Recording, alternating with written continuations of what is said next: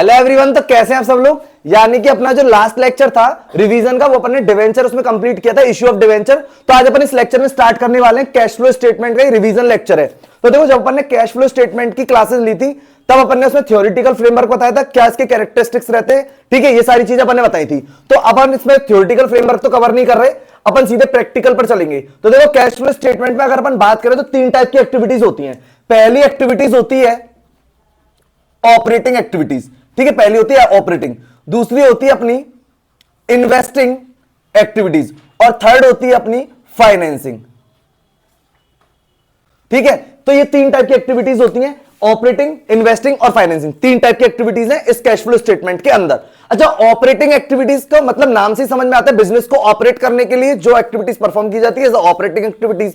तो operating activities में अपन ने ये बात बताई थी कि इसको दो तरीके से परफॉर्म किया जाता है, एक होता है इसमें डायरेक्ट मेथड और एक होता है इसमें इनडायरेक्ट मेथड, ठीक है, ये होते हैं दो। लेकिन अपन को डायरेक्ट मेथड तो करना नहीं था, इनडायरेक्ट मेथड अपन को इसमें करना है, ठीक है, ऑपरेटिंग में, ठीक है। अब इसमें अपन लोग क्या करते हैं, जैसे नॉन कैश एक्सपेंसेस हैं वो सारे ऐड होते हैं, ठीक है, कोई भी जो लॉसेस होते हैं वो ऐड होते हैं और जो हमारी इनकम होती है यानी कि जो प्रॉफिट्स होते हैं वो हमारे लेस होते हैं। आ गई बात समझ में, ये अपन करते हैं ऑपरेटिंग एक्टिविटीज के अंदर। और इसके अंदर अपन ने बताया था वर्किंग कैपिटल का एडजस्टमेंट, अगर करंट एसेट बढ़ती है तो घटाते हैं और घटती है तो बढ़ाते हैं, यानी कि increase in current asset minus और decrease in current asset plus. अगर करंट लायबिलिटी इंक्रीज हो रही तो इंक्रीज करते हैं और डिक्रीज हो रही तो डिक्रीज करते हैं। ये मैं तुम्हें एक नॉर्मल तरीके से समझा रहा हूं कि अपन को ओवरव्यू भी समझ में आ जाए, क्वेश्चन अपन अटेम्प्ट कर दें, ठीक है। तो अपन ने बता दिया कि वर्किंग कैपिटल में करंट एसेट और current liability, current asset increase तो लेस करनी है और डिक्रीज है तो ऐड करनी है। करंट लायबिलिटी का सीधा सीधा इंक्रीज हो रही है तो ऐड करनी है और डिक्रीज हो रही है तो लेस करनी है। उसके बाद अपन ने इसमें बताया था कि अगर कोई भी एक्स्ट्रा ऑर्डिनरी इनकम अगर कोई है या कोई एक्सपेंसेस है तो उसका एडजस्टमेंट करना है और लास्ट में इसमें काम करना है टैक्स पेड का, ठीक। तो टैक्स पेड के बारे में पूरा ऑलरेडी लेक्चर डिस्कस करा हुआ था, लेकिन अब अपन इसमें जब लेंगे तो एक बार और आपको समझाएंगे प्रोविजन फॉर टैक्स का, प्रोविजन फॉर डिविडेंड के बारे में, ठीक है। अब बात कर लेते हैं इन्वेस्टिंग एक्टिविटीज का मतलब क्या होता है। अपन ने बात बताई थी इन्वेस्टिंग एक्टिविटीज सिंपल एक्टिविटीज होती है, इसमें 5 से 6 आइटम जाते हैं। जैसे परचेज करी फिक्स्ड एसेट, ठीक है, फिक्स्ड एसेट परचेज करेंगे तो पैसा जाएगा माइनस करेंगे, और सेल ऑफ फिक्स्ड एसेट करेंगे तो पैसा आएगा तो अपन प्लस करेंगे। प्रॉफिट लॉस से आपको कोई मायने नहीं रखना क्योंकि प्रॉफिट लॉस तो गया ऑपरेटिंग में, ठीक है। अपने को बस इतना करना है, फिक्स्ड एसेट खरीद रहे बेच रहे हैं, जितने में खरीद रहे हैं और जितने में बेच रहे हैं, बस हमें उस चीज से मतलब है किसके अंदर, इन्वेस्टिंग के अंदर, ठीक है। Fixed asset purchase, fixed asset sale 2 point, investment purchase और इन्वेस्टमेंट सेल 4 पॉइंट, और डिविडेंड और इंटरेस्ट रिसीव्ड ऑन इन्वेस्टमेंट एक ये, और अगर कोई रेंट रिसीव्ड होता है तो ये 5 से 6 आइटम जाते हैं इन्वेस्टिंग एक्टिविटीज से, सिंपल एक्टिविटीज है। आ रही कहानी समझ में। उसके बाद अपन बात करते हैं फाइनेंसिंग एक्टिविटीज के बारे में। तो देखो वर्ड से समझ में आ रहा है, फाइनेंस, फाइनेंस की व्यवस्था करनी है, इसमें पैसे की व्यवस्था फाइनेंस। अब जैसे अपन ने इसमें समझा था इश्यू ऑफ शेयर कैपिटल, लेकिन अपन ने बताया था ओनली फॉर कैश, अगर कैश में इश्यू होंगे तो ये अपन फाइनेंसिंग एक्टिविटीज में लेंगे, नहीं तो नहीं लेंगे, ठीक है, पहला पॉइंट। इश्यू ऑफ डिवेंचर, ठीक है। उसके बाद अपन ने बात करी थी जब अपन शेयर इशू कर रहे हैं तो जैसे प्रेफरेंस शेयर्स हैं, इक्विटी शेयर्स हैं, डिवेंचर इशू कर रहे हैं तो इनका रिडेम्पशन भी होता है। तो प्रेफरेंस शेयर का रिडेम्पशन अगर करेंगे तो पैसा जाएगा तो माइनस करेंगे, ठीक है, डिवेंचर का रिडेम्पशन करेंगे तो पैसा जाएगा माइनस करेंगे। और इक्विटी शेयर्स के लिए रिडेम्पशन वर्ड यूज नहीं होता, वर्ड यूज होता है बाईबैक, क्योंकि equity share is the owner of the company और preference share is the holder of the company. Fixed rate से डिविडेंड मिलता है प्रेफरेंस शेयर्स होल्डर को, लेकिन इक्विटी शेयर्स को नहीं मिलता क्योंकि वो ओनर है। तो जो डिविडेंड का जो भी प्रॉफिट होगा उस अकॉर्डिंग डिविडेंड मिलता है। बात समझ में आ गई। उसके बाद अपन करते हैं बैंक लोन टेकन, अगर बैंक से आपने कोई लोन टेकन किया है तो प्लस पैसा प्लस करेंगे और बैंक लोन पेड किया है तो माइनस करेंगे, ठीक है। अब देखो फाइनेंस की व्यवस्था है तो इसका मतलब इंटरेस्ट की भी बात चलेगी, तो interest paid on debenture and bank loan है तो माइनस करेंगे। आ रही कहानी समझ में, कोई दिक्कत है इसमें, ये अपनी फाइनेंसिंग के पॉइंट है कुछ, ठीक है। अच्छा, एक इसमें बात करते हैं इंटरिम डिविडेंड के बारे में। एक होता है नॉर्मल डिविडेंड, एक होता है इंटरिम डिविडेंड। तो पहले मैं इंटरिम डिविडेंड के बारे में आपको एक एडजस्टमेंट बताता हूं। इंटरिम डिविडेंड अगर आपके क्वेश्चन में लिखा है, ठीक है, तो आपको क्या करना होता है, इंटरिम डिविडेंड का जितने का पेड करा है उतने का ही प्रोविजन बनता है ऑपरेटिंग के अंदर, और ठीक है, और उतना ही पेड होता है फाइनेंसिंग के अंदर। ये इंटरिम डिविडेंड का सीधा सीधा सा कंसेप्ट है। जैसे मान के चलो नीचे लिखा हुआ है interim dividend paid during the year 10,000, बस ये लिखा हुआ है, तो आपको 10,000 रुपए का तो प्रोविजन बनाना है, ऑपरेटिंग में 10,000 रुपए ऐड करने और फाइनेंसिंग में आपको ये 10,000 रुपए लेस कराने। क्लियर आ रही बात समझ में। इंटरिम डिविडेंड का पहला पॉइंट देखो समझना ढंग से, पॉइंट फर्स्ट है इंटरिम डिविडेंड, इंटरिम डिविडेंड, ठीक है। अब ये भी तुम्हें डिस्कस बता दिया। तो इंटरिम डिविडेंड क्या होता है, इंटरिम डिविडेंड में बोर्ड ऑफ डायरेक्टर को पूछने की कोई जरूरत नहीं होती, मतलब एजीएम में कोई वो नहीं होता इसका प्रोविजन, उनको लगता है कि प्रॉफिट देना चाहिए, डिविडेंड देना चाहिए तो वो दे देते हैं, बस इतनी सी बात है। इतने इसी इंटरिम डिविडेंड का प्रोविजन बनाएंगे, ऑपरेटिंग में तो ऐड करेंगे और फाइनेंसिंग में ये लेस होगा, ठीक है, पहला। उसके बाद बात कर लेते हैं प्रोविजन फॉर टैक्सेशन। देखो इसका अपन ने काफी अच्छे से इसका ढंग से समझाया था, इसका पूरा लेक्चर आप देख लेना, लेकिन अभी अपन इसको थोड़ा सा नॉर्मल वे से समझा रहे हैं। प्रोविजन फॉर टैक्स का क्या प्रॉब्लम है?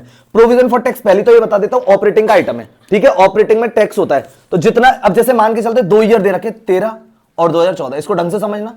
और आपको दे रखा है यहां पे प्रोविजन फॉर टैक्सेशन, इस पर थोड़ा ध्यान दें सब जने।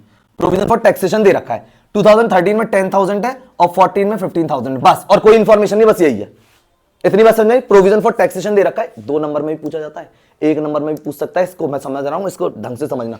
तो 2013 2014 में बस ये दे रखा है और कोई भी इंफॉर्मेशन नहीं है। अब नहीं है तो क्या करेंगे? तो होता क्या है, करंट ईयर का, ढंग से समझना, करंट ईयर का तो बनता है प्रोविजन। अब कहानी समझ में, करंट ईयर का तो बनता है प्रोविजन, और ये ना ऐड होता है, किस में होता है? ऑपरेटिंग एक्टिविटीज में ऐड होता है। आ गई कहानी समझ में? यानी कि ये करंट ईयर का तो प्रोविजन बनता है और ये ऑपरेटिंग एक्टिविटीज में ऐड होता है। पहली बात समझ आ रही है?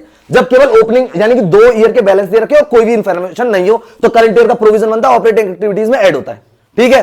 और ये लास्ट ईयर वाला जो होता है इसे पेड करते हैं और ये ऑपरेटिंग एक्टिविटीज में माइनस होता है। बस इतनी सी बात जरा समझने की कोशिश करना। ये 2 बैलेंसेस दे रखे और कोई इंफॉर्मेशन नहीं है, तो करंट ईयर का तो प्रोविजन बनता है जो कि ऑपरेटिंग एक्टिविटीज में ऐड होता है, और जो लास्ट ईयर वाला है उसे अपन पेड करते हैं, होता है ये भी ऑपरेटिंग एक्टिविटीज के अंदर है। क्लियर बात समझ आ रही है? कोई दिक्कत है, कोई परेशानी है? चलिए, अब ये तो हो गया पहला पॉइंट। अगर अपन मान के चलते दूसरे पॉइंट की बात करते हैं कि अगर नीचे जैसे प्रोविजन फॉर टैक्सेशन दे रखे हैं, ये दोनों इंफॉर्मेशन गिवन है, तो अब 1 मिनट समझना। पहला पॉइंट अपन ने वो समझाया जिसमें कोई भी इंफॉर्मेशन गिवन नहीं हो, केवल ये बैलेंसेस दे रखे हो, तो करंट ईयर का प्रोविजन और लास्ट ईयर वाला पेड, और दोनों होंगे ऑपरेटिंग एक्टिविटीज। प्रोविजन ऐड होता है और पेड वाला लेस करते हैं। पहला पॉइंट ये 1 नंबर में, जरूरी नहीं आपसे पूरा कैश फ्लो का क्वेश्चन पूछे, छोटे छोटे पॉइंट है, 1-1 2-2 नंबर में भी पूछ सकता है। तो ये हो गया प्रोविजन। अब लिखा हुआ है टैक्स पेड। अब मान के चलो ये दोनों इंफॉर्मेशन भी दे रखी है और नीचे दे रखा है यहां पे tax paid during the year rupees, मान के चलते 18,000, ये दे रखा है अपने को। Tax paid during the year 18,000 ये दे रखा है अपने को। ये तो पता चल गया पेड है, ऑपरेटिंग एक्टिविटीज में लास्ट में टैक्स पेड जो करते हैं वो तो होगा ही होगा। लेकिन अब बात चल रही है कि अगर ये दे रखा है ओपनिंग क्लोजिंग ये भी दे रखे हैं, तो अपन इसका अकाउंट बनाते हैं। अच्छा एक बात समझना, अब जैसे अपन ने प्रोविजन फॉर टैक्सेशन का अकाउंट बनाया, ठीक है, अब समझना इसका अकाउंट। सबसे पहले अपन को पता है कि लायबिलिटी तो by balance brought down, opening balance लिखा 10,000 और यहां पे क्लोजिंग बैलेंस लिखा टू बैलेंस कैरिड डाउन 15,000, ठीक है, क्लियर। इन्होंने दे रखा है टैक्स पे ड्यूरिंग द ईयर 18,000, तो एंट्री पोस्ट करते हैं provision for tax account DR to bank, कर दिया 18,000। तो अपन को यहां पे निकालना पड़ेगा by P and L balancing figure कितने का प्रोविजन हमने बनाया है। समझना ढंग से इस बात को कि कितने रुपए का हमने प्रोविजन बनाया उसे अपन पी एंड एल से लेते हैं, यानी कि 18,000 प्लस करेंगे इसमें 15,000 यानी कि 33,000 आएगा यहां पे 33,000, उसमें से माइनस कराएंगे 10,000 तो 23,000 का हमने प्रोविजन बनाया है, टोटल हो गया 33,000। सुन लेना इसको ढंग से एक बार और।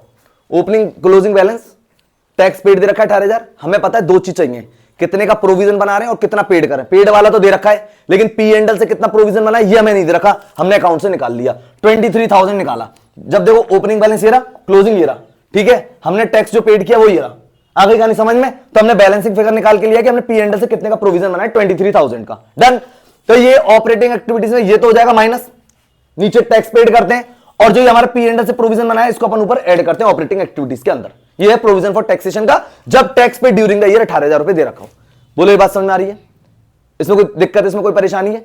अब पॉइंट नंबर दूसरा, जैसे ये दे दे tax made during the year rupees, मान के चलता है टैक्स में ड्यूरिंग द ईयर रुपीज दे रखा होता 23,000 और ये लाइन नहीं होती। मेड का मतलब होता पी एंड एल से कितने का प्रोविजन बनाया 23, हमने यहां लिख देते। तो ठीक है, हम बैलेंसिंग फिगर निकाल के लाते बाई बैंक कितना 18,000। आगे समझ, अगर हमको पी एंड एल वाला दे रखा है, मेड दे रखा है, तो पेड कितना कराए हमें ये निकालना पड़ेगा, और क्वेश्चन में अगर हमें पेड दे रखा है तो मेड कितना कराए ये हमें निकालना पड़ेगा। ये कब निकालना पड़ेगा? जब नीचे इंफॉर्मेशन गिवन होगी, और जब कोई नीचे इंफॉर्मेशन गिवन नहीं है तो अपने को पता है करंट ईयर का तो अपन प्रोविजन बनाते हैं ऑपरेटिंग में और लास्ट ईयर वाला पेड करते हैं। क्लियर बात समझ में आ रही है क्या? और इसको अगर डेप्थ में समझना है तो ओल्ड लेक्चर्स इसके देख सकते हो। तो ये है टैक्स का, जो कि प्रोविजन फॉर टैक्स के बारे में। देखो ये आता है इसलिए इस पॉइंट में कोई गड़बड़ नहीं होनी चाहिए। ठीक है, 2 नंबर में पूछ सकता है कि ये दे दे आपको क्वेश्चन में ये, और एक कोई इंफॉर्मेशन दे दे और आपसे सिर्फ क्वेश्चन में ये पूछ ले। अगर मान के चलो वो टैक्स पेड दे रखा है तो आपसे केवल ये पूछे कि टैक्स मेड कितना है वो आप बता दो, कैलकुलेट करना है। ये अकाउंट बनाना, मेड वाला 23 लिख देना, 23,000 मेड होगा, यानी हमें प्रोविजन बनाना, आ गया आंसर। और अगर हमको पेड दे रखा है यानी मेड दे रखा है, पी एंड से कितना बनाया है तो हमको पेड कितना करा तो हमें ये निकाल लेंगे, तो हमें इसका आंसर देना, ये अकाउंट से निकल सकता है इजी। क्लियर, बात समझ में आ रही है आपको अच्छे से। बात करेंगे प्रपोज्ड डिविडेंड के बारे में। तो देखो प्रपोज्ड डिविडेंड, देखो इसके बारे में बात करते हैं। तो प्रपोज्ड डिविडेंड जो है वो आपको ना बैलेंस शीट के फुटनोट में कंटिजेंट लायबिलिटी में दिखेगा, फुटनोट में कंटिजेंट लायबिलिटी में दिखेगा। तो जैसे मान के चलते 2013 और 2014 2 ईयर ले लिए, जैसे इसका तो ले लेते 2000, इसका ले लेते 3000, ठीक है। ये आपको फुटनोट में दिखेगा कंटिजेंट लायबिलिटी, ठीक है, के अंदर दिखेगा प्रपोज्ड डिविडेंड, ठीक है। इसका क्या करते हैं, इसका ये होता है कि जब ये अपने को कंटिजेंट लायबिलिटी में दिखाया जाता है, फ्यूचर लायबिलिटी होती है, तो इसमें होता क्या, जो 2013 में जो कंपनी ने डिविडेंड प्रपोज किया, जो कंपनी ने डिविडेंड 2013 में प्रपोज किया है वो पेड होता है 2014 के अंदर। आ रही बात समझ में। और जो 2014 में प्रपोज किया है वो बाद में होगा 2015 में। इस तरीके से डिविडेंड दिया जाता है। तो होता क्या है कि जितना भी डिविडेंड अपन पेड कर रहे हैं उतने का ही प्रोविजन बनाते हैं, तो ये ऐड होता है। प्रोविजन कहां पे होता है, ऑपरेटिंग एक्टिविटीज के अंदर। बात समझ में आ रही है, ढंग से समझना इसको। ये प्रपोज्ड डिविडेंड है, ये बैलेंस शीट के नीचे फुटनोट में देते हैं, कंटिजेंट लायबिलिटी में होता है प्रपोज्ड डिविडेंड। 2 ईयर की फिगर दे रखी होती है, हमें करना क्या है, हमें करंट ईयर से तो कोई लेना देना ही नहीं। क्यों नहीं है, मैंने ये बता दिया कि 2013 में अगर डिविडेंड कंपनी ने प्रपोज करा, पेड करेगी 2014 में, और 14 वाला करेगी अगले ईयर 15 में। इस तरीके से चलता है। हम तो कौन सी ईयर में चल रहे हैं, 2014 में, तो 2013 वाला ही तो पेड होगा। तो इसी के लिए हमने क्या करते हैं, ऑपरेटिंग एक्टिविटीज में प्रोविजन बनाते हैं, ठीक है, कितने का, 2000 का, और इसी को हम लोग पेड करते हैं, डिविडेंड पेड करेंगे, माइनस हो जाएगा ये, ठीक है, कौन सी एक्टिविटीज में, फाइनेंसिंग एक्टिविटीज के अंदर। बस इतना याद करना है, बस प्रपोज्ड डिविडेंड के बारे में, और इससे रिलेटेड और कोई इंफॉर्मेशन हमें यहां नहीं दिखेगी, ठीक है। कंटिजेंट लायबिलिटी में दिखेगा आपको फुटनोट में, फुटनोट के नीचे यानी बैलेंस शीट के नीचे फुटनोट होता है, उसमें कंटिजेंट लायबिलिटी में प्रपोज्ड डिविडेंड दिखेगा, ठीक है। ये बैलेंस शीट में भी दिखता है, लेकिन ये 12th क्लास के अपन प्रोविजन पढ़ रहे हैं तो इसलिए ये यहां पे दिखेगा आपको कंटिजेंट लायबिलिटी में, ठीक है। तो करंट ईयर की फिगर से तो आपका कोई लेना देना है नहीं है, लेकिन आपको कौन सी प्रीवियस ईयर की फिगर से लेना देना, उतने का ही आपको प्रोविजन बनाना है ऑपरेटिंग एक्टिविटीज में, और उतना ही आपको पेड कराना है, ठीक है, कहां पे, फाइनेंसिंग एक्टिविटीज में। तो ये अपना प्रपोज्ड डिविडेंड, ठीक है। तो अभी अपन एक क्वेश्चन ले रहे हैं, तो आपको क्वेश्चन भी एक अच्छा समझ में आएगा, जिसमें अपन ऑपरेटिंग एक्टिविटीज का फुल डिस्क्लोजर का क्वेश्चन ले रहे हैं। तो ये क्वेश्चन दिया हुआ है, लिखा हुआ है from the following balance sheet of SC limited prepare a cash flow statement. यानी अपन ने जो क्वेश्चन लिया है इसमें अपन कैश फ्लो स्टेटमेंट प्रिपेयर करेंगे, लेकिन ये इसलिए लिया गया क्योंकि पूरा क्वेश्चन है जिसमें अपन को तीनों एक्टिविटी समझनी है, ऑपरेटिंग समझनी है, इन्वेस्टिंग समझनी है और फाइनेंसिंग समझनी है, ठीक है। पूरा ब्रॉड लेवल से इसको ढंग से डिस्क्राइब करेंगे, ठीक है। रिवीजन लेक्चर है, लेकिन मैं ये मान रहा हूं कि अगर पहला क्वेश्चन अगर अपन अच्छे से डिस्क्राइब करेंगे तो आपको और अच्छे से समझ में आएगा, ठीक है। तो जब से समझना क्या लिखा है, लिखा है from the following balance sheet of SC limited prepare a cash flow statement, और इक्विटी एंड लायबिलिटी में लिखा हुआ है शेयर होल्डर्स फंड, जिसमें लिखा हुआ है 5 लाख और 4,50,000 की शेयर कैपिटल दे रखी है, रिजर्व एंड सरप्लस दे रखा है 1,18,000 का और 70,000 का, और इसके आगे देखो वर्किंग नोट यानी कि नोट नंबर 1 लिखा हुआ है, तो 1 नंबर में जाके चेक करेंगे, ठीक है। चलिए, करंट लायबिलिटी में ट्रेड पेबल दे रखा है और शॉर्ट टर्म प्रोविजन और प्रोविजन फॉर टैक्सेशन दे रखा है, ठीक है, इसने बता दिया। तो कई बार क्या होता है, यहीं पे दे रखा है शॉर्ट टर्म प्रोविजन और इसके आगे नोट नंबर लिख दे और नीचे इसको शो कर देता, तो एक ही बात है, चाहे इसने यहां पे लिख दी चाहे नीचे शो कर दे। बात समझ में आ गई, short term provision, provision for taxation के बारे में। उसके बाद इन्होंने असेट दे रखी है, असेट में नॉन करंट असेट में पहला पॉइंट दे रखा property plant and equipment and intangible asset, जिसमें इन्होंने 2 चीज दे रखी है, प्रॉपर्टी प्लांट एंड इक्विपमेंट जिसके आगे नोट नंबर 2 लिखा हुआ है, प्रॉपर्टी प्लांट एंड इक्विपमेंट के आगे नोट नंबर 2 है, इसको नीचे जाके चेक करेंगे, ठीक है। उसके बाद लिखा हुआ है इंटेंजिबल असेट में गुडविल, अब इन्होंने खुद ने बता दी इंटेंजिबल असेट में, नहीं तो यहां पे नोट लिख के नीचे भी इसको डिस्क्राइब कर सकते थे नोट टू अकाउंट्स के अंदर, क्लियर है। उसके बाद इन्होंने लिखा हुआ है करंट असेट पे इन्वेंट्री दे रखी है, ठीक है, ट्रेड रिसीवेबल दे रखा है, कैश एंड कैश इक्विवेलेंट दे रखा है, और बैलेंस शीट का टोटल दे रखा है, नीचे दे रखा है आपको नोट टू अकाउंट। तो देखो पहले अपन 2 नोट टू अकाउंट चेक करते हैं, एक तो चेक करते हैं रिजर्व एंड सरप्लस का, और एक चेक करते हैं अपन प्रॉपर्टी प्लांट एंड इक्विपमेंट का। तो देखो रिजर्व एंड सरप्लस के नोट में अगर आते हैं तो जनरल रिजर्व और प्रॉफिट एंड लॉस का बैलेंस दे रखा है, यानी कि जो आपको रिजर्व एंड सरप्लस के आगे नोट दे रखा है ना 1, उसी को नीचे दे रखा है इन्होंने कि रिजर्व एंड सरप्लस में एक तो जनरल रिजर्व दे रखा है और एक आपको दे रखा है प्रॉफिट एंड लॉस का बैलेंस, ठीक है, 2 चीज के दे रखे हैं। और देखो पहले करंट ईयर है, बाद में प्रीवियस ईयर है, इसका भी थोड़ा सा ध्यान रखना ईयर का। उसके बाद इन्होंने नोट 2 जो दे रखा है वो दे रखा है प्रॉपर्टी प्लांट एंड इक्विपमेंट का, दोनों बताया लैंड एंड बिल्डिंग है इसके अंदर और प्लांट है, क्लियर है, बात समझ में आ रही है। इसके बाद इन्होंने एडिशनल इंफॉर्मेशन में कंटिजेंट लायबिलिटी में प्रपोज्ड डिविडेंड दे रखा है, और इन्होंने दे रखा है कि 2023 में 50,000 का था और 2022 में 42,000 का था, ये अपन को दे रखा है प्रपोज्ड डिविडेंड का, ठीक है। उसके बाद इसमें लिखा हुआ है इंटरिम डेप्रिसिएशन जो दे रखा है 10,000 and 20,000 has been charge plant और लैंड एंड बिल्डिंग रेस्पेक्टिवली, यानी कि 10,000 रुपए का तो लगा है प्लांट पे डेप्रिसिएशन और 20,000 का लगा है लैंड एंड बिल्डिंग पर, ठीक है, डेप्रिसिएशन चार्ज रेस्पेक्टिवली इन्होंने बोला है। क्लियर। उसके बाद इन्होंने यहाँ पे बोला है interim dividend of ₹20,000 has been paid. अब देखो इंटरिम डिविडेंड और एक होता है प्रपोज्ड डिविडेंड, दोनों के बारे में ऑलरेडी डिस्कस कर चुके थे कि प्रपोज्ड डिविडेंड क्या होता है और इंटरिम डिविडेंड क्या होता है। अब इसका अपन बताएंगे कि इसका ट्रीटमेंट कैसे करते हैं क्वेश्चन के अंदर। Income tax of ₹35,000 has been paid. देखो ये दे रखा ओपनिंग क्लोजिंग बैलेंस दे रखे ये रहे, और इससे रिलेटेड देखो इंफॉर्मेशन दे रखी है पेड की। तो ये अपन ने बताया था अगर इनकम टैक्स का ओपनिंग क्लोजिंग बैलेंस हो, दोबारा बता देते हैं, ओपनिंग क्लोजिंग बैलेंस हो और पेड दे रखा है तो मेड निकालेंगे पी एंड एल से कितना प्रोविजन निकालना है, ठीक है। तो जो पी एंड एल से जो प्रोविजन होता है वो तो ऑपरेटिंग में ऐड होता है, और जो हम पेड करते हैं जो 35,000 का आपको नीचे दिख रहा है इसको अपन लेस कराएंगे, ऑपरेटिंग में ही होगा टैक्स का काम, ठीक है, ध्यान से समझना। बात रही प्रपोज्ड डिविडेंड की, बताया था कंटिंजेंट लायबिलिटी में होता है, फुटनोट में होता है, तो आपको इसके करंट ईयर की तो फिगर से लेना देना ही नहीं है, प्रीवियस ईयर की फिगर से लेना देना है, जो अपन को प्रीवियस ईयर की फिगर दे रखी है। प्रीवियस ईयर अपना 22 यानी 42,000, इसी का प्रोविजन बनाएंगे, ऑपरेटिंग एक्टिविटीज में तो ऐड करेंगे डिविडेंड को और लेस कराएंगे इसको फाइनेंसिंग एक्टिविटीज में। बात समझ में आ गई दोनों की। अब चलते हैं, और rent received during the year 10,000। अब देखो अपन ने बताया था इन्वेस्टिंग एक्टिविटीज में 5 से 6 आइटम आते हैं, इन्वेस्टमेंट खरीदना बेचना, ठीक है, फिक्स्ड असेट खरीदना बेचना, इंटरेस्ट और डिविडेंड रिसीव्ड ऑन इन्वेस्टमेंट, और या अगर कोई बिल्डिंग वगैरह तुमने रेंट वगैरह पे उससे अगर कोई इनकम आती है तो ये रहा rent received during the year 10,000, ये जाएगा आपका इन्वेस्टिंग एक्टिविटीज के अंदर। क्लियर बात समझ में आ रही है। तो ये क्वेश्चन का ओवरव्यू है। अच्छा अपने को ये बात पता है कि अपन ने जब कैश फ्लो के स्टार्ट करे थे लेक्चर, तो रिवीजन है, तो अपने को पता है कि अपन जो प्रॉफिट लेते हैं वो तो अपन कहां से लेते हैं, पी एंड एल से लेते हैं, यानी कि रिजर्व एंड सरप्लस के अंदर जो पी एंड एल दे रखा होगा अपन तो वहां से प्रॉफिट उठाते हैं, और उसके अलावा कोई इंफॉर्मेशन होगी हम उधर से प्रॉफिट को नहीं लेंगे। क्लियर बात समझ में आ रही है। अब देखो इसका स्टार्ट करें सॉल्यूशन। सबसे पहले अपन लेंगे इसमें ऑपरेटिंग एक्टिविटीज पूरे फॉर्मेट के। अब जरूरी नहीं पूरा क्वेश्चन आए पेपर में, जरूरी नहीं है कि पूरा क्वेश्चन आए, वो पूछ सकता है तुमसे पूरा एक क्वेश्चन ही हो और पूछे केवल ऑपरेटिंग एक्टिविटीज बता दो, या हो सकता है इसमें पूछे केवल इन्वेस्टिंग एक्टिविटीज बता दो, या हो सकता है आपसे इसमें केवल पूछे फाइनेंसिंग बता दो। मैं तीनों एक्टिविटीज ले रहा हूं फुल डिस्क्लोजर के साथ इस क्वेश्चन को समझा रहा है, ठीक है। अच्छा अपने को फॉर्मेट तो पता ही, इसका फॉर्मेट अपन किस तरीके से प्रिपेयर करते हैं।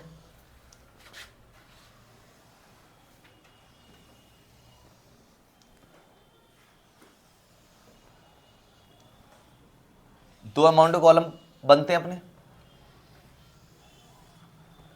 सॉल्यूशन स्टार्ट कर रहे हैं, यहां लिख रहे हैं अपन कैश फ्लो स्टेटमेंट। पहले इसको समझना बाद में नोट डाउन करना। Cash flow statement, particular amount और नेट अमाउंट, अमाउंट जो दे रखी है वो रुपीज में दे रखी है, ठीक। खूब अच्छे समझो, मजा आएगा आपको समझने में, ठीक है। क्लियर आ रहा है ना, कंप्लीट, ठीक। अब सुनो, सबसे पहले हम यहां पे लिखते हैं cash flow from operating activities, ये अपन ने यहां पे लिखा। अब ढंग से समझना, पूरी ऑपरेटिंग एक्टिविटीज को समझा रहे हैं, ठीक है। ऑपरेटिंग एक्टिविटीज में सबसे पहले हम लोग नेट प्रॉफिट नेट लॉस लेते हैं। अपने को पता है रिजर्व एंड सरप्लस में ये रहा नोट नंबर 1, इसका नीचे इंफॉर्मेशन दे रखी है। तो अगर अपन बात करें तो करंट ईयर का तो 48,000 का प्रॉफिट है और लास्ट ईयर का 30,000 का प्रॉफिट है, ठीक है। तो हम इसका डिफरेंस लेते हैं, तो 30,000 से 48,000 हो गया, मतलब 18,000 प्लस में आ गए। अगर ये मान के चलो डिक्रीज होता तो अपन नेट लॉस लिखते। आ गई कहानी समझ में। अब हमने यहां पे लिया नेट प्रॉफिट, ठीक है, ढंग से समझना इसको। 48,000 माइनस 30,000 करेंगे तो ये आपका आ जाएगा 18,000। बोलिए आता कोई प्रॉब्लम। तो ये अपन ने प्रॉफिट उठाया। उसके बाद अपन यहां पर कर रहे हैं एडजस्टमेंट फॉर, ठीक है, एडजस्टमेंट फॉर, ठीक है। अब एडजस्टमेंट फॉर में सबसे पहले क्या अपन करेंगे, एडिशनल इंफॉर्मेशन का निपटारा करेंगे, उसको जरा ढंग से आप समझिएगा। देखो सबसे पहले यहां पे लिखा हुआ है जनरल रिजर्व। देखो रिजर्व एंड सरप्लस में पहले तो 40,000 और अभी है 70,000, तो जनरल रिजर्व में पैसा इंक्रीज कैसे हुआ, तो पी एंड एल से क्या होगा, इसको अपन बोलते हैं ट्रांसफर टू रिजर्व। आ गई कहानी समझ में। तो ये ऐड होगा, तो यहां पे लिखेंगे अपन ट्रांसफर टू जनरल रिजर्व, ठीक है, ट्रांसफर टू जनरल रिजर्व। अभी देखो कितना हो गया, 40 से 70 हो गया, 30,000 का इंक्रीज हो गया, तो अपन ने लिख दिया एडजस्टमेंट में। क्लियर आ गई समझ में। पी एंड एल का ऑलरेडी अपन कर चुके हैं, कोई परेशानी यहां पे लेनी नहीं है। प्रॉपर्टी प्लांट एंड इक्विपमेंट में लैंड एंड बिल्डिंग और प्लांट दे रखा है, इसका भी रुकते हैं। और ये दे रखा है कंटिंजेंट लायबिलिटी में आते हैं एडिशनल इंफॉर्मेशन में। तो देखो प्रपोज्ड डिविडेंड दे रखा है, करंट ईयर की फिगर है 50,000 और प्रीवियस ईयर की 40,000। तो अपने को ये बात तो पता है कि करंट ईयर की फिगर से तो अपना कोई लेना देना है नहीं, प्रपोज्ड डिविडेंड में कंटिंजेंट लायबिलिटी है, प्रीवियस ईयर की फिगर से लेना देना है, इसी का ही प्रोविजन बनाएंगे, इसी को ही पेड करेंगे। प्रोविजन बनता कहां पे है, ऑपरेटिंग में ऐड होगा और ये फाइनेंसिंग में लेस होगा। एक नंबर में भी क्वेश्चन पूछा जाता है। आगे कहानी समझ में। तो यहां पर लिखेंगे प्रोविजन फॉर डिविडेंड, ठीक है। तो अपन लिखेंगे 42,000 और इसी 42,000 को फाइनेंसिंग एक्टिविटीज में अपन लेस कराएंगे। दो ट्रीटमेंट समझ में आ गए। अब ये मत समझना पूरे क्वेश्चन में से कुछ पॉइंट भी पूछ सकता है एक नंबर में, जरूरी थोड़ी पूरा क्वेश्चन ही दे। आ रही कहानी समझ में कि भैया प्रपोज्ड डिविडेंड ऐसे ऐसे रखा है, कहां पे लेके जाएंगे, ऑप्शन दे दिए ऑपरेटिंग, अगर वो प्रोविजन पूछ रहा है तो ऑपरेटिंग में लेके जाते हैं और पेड पूछ रहा है तो फाइनेंसिंग में लेके जाते हैं। That's it. चलिए अब इन्होंने दिया डेप्रिसिएशन दे रखा है 10,000 का और 20,000 का, जो कि प्लांट और लैंड एंड बिल्डिंग पे लगा है। तो अपने को पता है डेप्रिसिएशन जो है नॉन कैश आइटम है और अपन सारे के सारे नॉन कैश आइटम्स को यहां पे ऐड करते हैं, सारे के सारे लॉसेस को ऐड करते हैं, सारे के सारे प्रोविजन ऐड करते हैं। तीन चीज, सारे के सारे प्रोविजन ऐड होते हैं, लॉस ऐड होते हैं और नॉन कैश आइटम ऐड होता है। आगे कहानी समझ में। अब यहां पर समझना डेप्रिसिएशन, डेप्रिसिएशन, ठीक है। अब डेप्रिसिएशन में अपने को पता है 20,000 का तो इस पे लगा है और 10,000 का इस पे लगा है, ठीक है। 10,000 और 20,000 ये अपन ने ले लिया और इसको ऐड करके यहां पे लिख दिया 30,000। बोलिए बात समझ में आ गई सबको, ठीक है। डेप्रिसिएशन वाला पॉइंट यहां पे कंप्लीट कर दिया, ठीक है। अच्छा, इसके बाद अपन बात करते हैं इनकम टैक्स पेड कितना है, 35,000। इसका अपने को बनाना पड़ेगा वर्किंग नोट। पूछिए क्यों? क्योंकि अपने ने ये बात बताई थी कि अगर कोई भी आइटम है जिसका ओपनिंग क्लोजिंग बैलेंस दे रखा है और कोई इंफॉर्मेशन दे रखी है, अकाउंट बनाना पड़ेगा। उससे कुछ आए नहीं है, डजंट मैटर, लेकिन बनाओ। अब इनकम टैक्स का देख लो, ये दे रखे प्रीवियस ईयर का फिगर, करंट ईयर का फिगर और इनकम टैक्स पेड दे रखा है 35। हमें ये तो पता है इनकम टैक्स अपन ऑपरेटिंग एक्टिविटीज में लेस कराते हैं, लेकिन प्रोविजन भी तो बनाते हैं ना, तो प्रोविजन तो ऊपर ऐड होता है। तो कितना प्रोविजन बनेगा उसका अपने को अकाउंट बनाना पड़ेगा, प्रोविजन फॉर टैक्सेशन का। आ रही कहानी समझ में? वो मैं देखो यहां पे बना रहा हूं, उसको समझ लेना, फिर इरेज करूंगा उसको। प्रोविजन फॉर टैक्सेशन, एक मिनट इस अकाउंट को देखो जरा ढंग से तो आपको समझ में आएगा। देखो सबसे पहले मैंने लिखा यहाँ पे बाई बैलेंस ब्रॉट डाउन और यहां पे लिखा टू बैलेंस कैरेट डाउन। अगर अपन बात करें ओपनिंग बैलेंस के बारे में तो आ जाओ प्रोविजन फॉर टैक्स पे। ओपनिंग बैलेंस दे रखा है 40,000, यहां पे लिख दिया 40,000, ठीक है। क्लोजिंग दे रखा है 50,000, तो अपन ने यहां पे लिख दिया। दो पॉइंट समझ में आ गए। टैक्स पेड करा है कितने का, 35,000 का। जब टैक्स पेड करेंगे तो यहां पे आएगा टू बैंक 35,000, ठीक है। तो बाय पी एंडल से बनाए देखेंगे कि कितना प्रोविजन बना है, बैलेंसिंग फिगर। बोलो ये बात सबको समझ में आ रही है क्या? कोई दिक्कत इसमें, कोई परेशानी है? ठीक है, तो अब करेंगे इसमें तो 50 और 35 ऐड करेंगे तो अपने आएगा 85 और 85 में से 40 लेस कराएंगे तो 45,000 आएगा बैलेंसिंग फिगर। बोलो ये बात समझ में आ रही है क्या? कोई दिक्कत है इसमें? देखो ओपनिंग क्लोजिंग बैलेंस लिख दी, ओपनिंग क्लोजिंग 35,000 का पेड करा तो फिर प्रोविजन कितना बना है 45,000 का। क्लियर है? तो यहां पे अपन लिखेंगे प्रोविजन फॉर टैक्सेशन, ठीक है। कितने का बना है 45,000 का। बताओ ये सबको समझ में आया? कोई दिक्कत है इसमें? प्रोविजन फॉर टैक्स का अकाउंट समझ में आ गया? तो चलिए ये भी काम कंप्लीट हो गया, ठीक है। इसको इरेज कर देते हैं। अब चलते हैं आगे, ठीक है। अब जरा एक बार आगे चलते हैं। तो प्रोविजन फॉर टैक्सेशन का कर दिया। उसके बाद आता है जी आपके पास एक वर्ड लिखा हुआ है यहां पे, एक इंटरिम डिविडेंड। देखो ये रहा, an interim dividend for ₹20,000 has been paid. Interim dividend होता है जो बोर्ड ऑफ डायरेक्टर कभी भी दे देते हैं डिविडेंड को, तो इतने जितना इंटरिम डिविडेंड पेड करा है उतने का ही प्रोविजन और उतना ही पेड। प्रोविजन बनेगा किधर? ऑपरेटिंग में, और पेड होगा फाइनेंसिंग में, ठीक है। इंटरिम डिविडेंड 20,000 का। बोलो ये बात समझ में आ गई? कोई दिक्कत है इसमें? चलिए इंटरिम डिविडेंड के बाद बात आगे चलते हैं। इनकम टैक्स का पॉइंट होगा और रेंट रिसीव्ड जो है 10,000 का, ये अपने को पता है इन्वेस्टिंग का पार्ट है क्योंकि रेंट रिसीव्ड हुआ है यहां पे। क्लियर? ये बात आपको अच्छे समझ में आ गई? अब चलते हैं थोड़ा बैलेंस शीट की तरफ। देखो शेयर कैपिटल का कंप्लीट हो गया, रिजर्व एंड सरप्लस का हमने कर लिया, शेयर कैपिटल का भी करना नहीं क्योंकि ये तो कहां का पार्ट है, फाइनेंसिंग का है, ठीक है। करंट लायबिलिटी की अभी करेंगे, वर्किंग कैपिटल का एडजस्टमेंट करेंगे, करंट एसेट और करंट लायबिलिटी का तो अभी करना नहीं है। प्रोविजन फॉर टैक्स कर चुके हैं। यहां पे चलते हैं प्रॉपर्टी प्लांट एंड इक्विपमेंट में जो नोट नंबर 2 था इसका एडजस्टमेंट कर चुके हैं। इंटेंजिबल एसेट में गुडविल दिख रहा है आपको, दिख रहा है? पहले थी 1,15,000 और अब है 90,000। गुडविल कम हो गई, कम हो गई इसका मतलब आपने राइट ऑफ कर दी। गुडविल बढ़ती है तो परचेस करते हैं, पार्ट है इन्वेस्टिंग का। गुडविल अगर बढ़ती तो इसका मतलब परचेस करी है, इन्वेस्टिंग का पार्ट होती, अपन उसको माइनस में लिखते, लेकिन अभी 1,15,000 से 90,000 हो गई, घट गई 25,000 तो राइट ऑफ कर दी। और इंटेंजिबल एसेट राइट ऑफ होती है ऑपरेटिंग एक्टिविटीज के अंदर। क्लियर? यहां पे लिखेंगे गुडविल रिटर्न ऑफ, ठीक है, 25,000 का। बोलो ये बात समझ में आई सबको? इसमें कोई परेशानी है, कोई दिक्कत है इसमें? चलिए यहां पे अपन ने गुडविल रिटर्न ऑफ कर दिया, करंट एसेट का भी करेंगे, सब चीज का हो गया, ठीक है। अपने को सुनो लैंड एंड बिल्डिंग का और प्लांट का अकाउंट बनाना पड़ेगा, ठीक है, जो कि अपने को कहां पे काम आएगा, इन्वेस्टिंग में। आगे कहानी समझ में? कोई दिक्कत इसमें, कोई परेशानी? क्योंकि डेप्रिसिएशन था जो ऑलरेडी दे रखा था, वो डेप्रिसिएशन अपन इसमें ले लिया, ठीक है। बात समझ में आ गई? प्रॉफिट लॉस होता तो उसका एडजस्टमेंट भी अपन यहां पे करते। प्रॉफिट को तो अपन लेस करते और लॉस को यहां पे क्या करते, ऐड करते ऑपरेटिंग एक्टिविटीज के अंदर। क्लियर आ गई कहानी समझ में, सारे एडजस्टमेंट हो गए। अपन यहां पे लाइन करेंगे, यहां पे क्या लिखेंगे उसको समझना।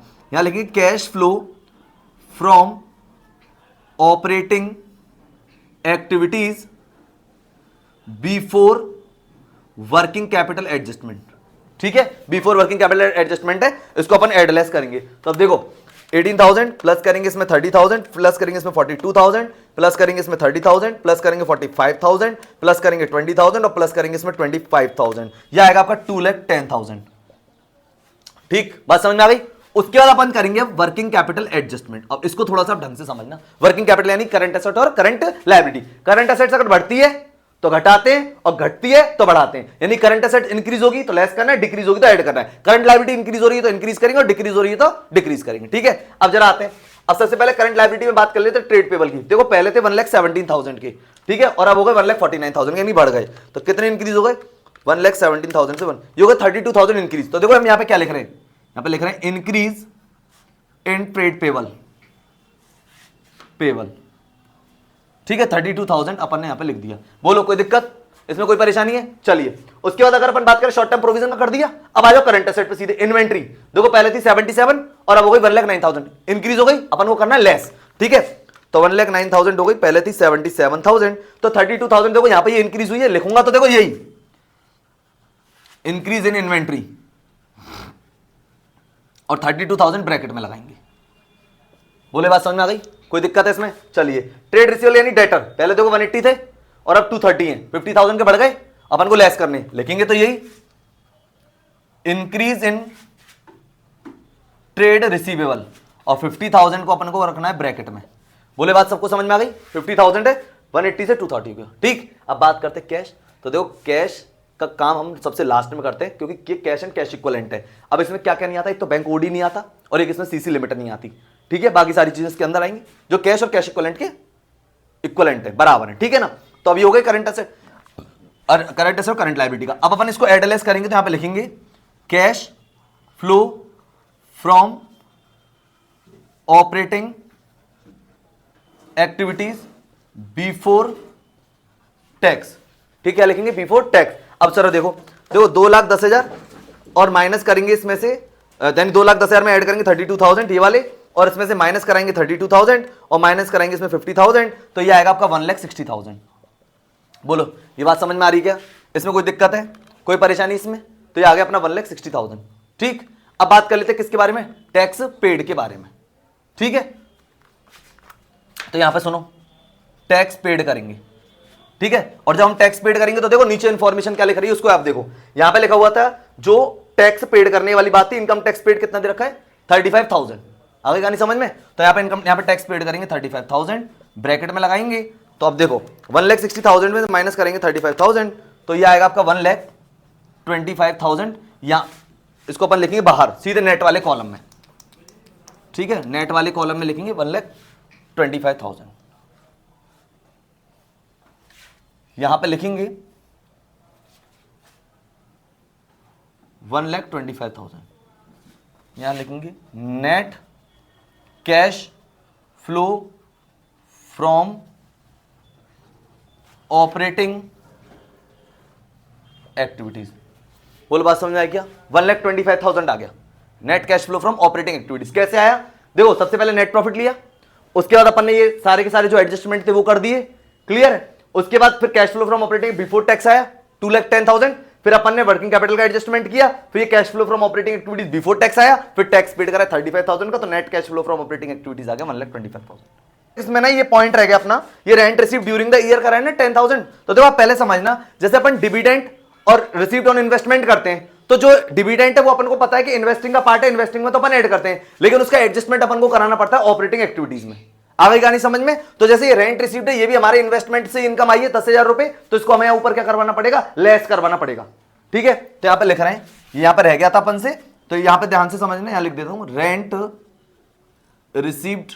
ठीक है, 10,000 रुपीज है जो कि ब्रैकेट में आएगा। ठीक है, तो यहां का जो टोटल रहेगा वो 2 लाख रहेगा। ठीक, 2 लाख, और यहां का जो टोटल रहेगा 150 रहेगा, और 35,000 लेस कराएंगे तो ये आ जाएगा आपका 1,15,000। ठीक है, ये रेंट रिसीव का पॉइंट का ध्यान रखना।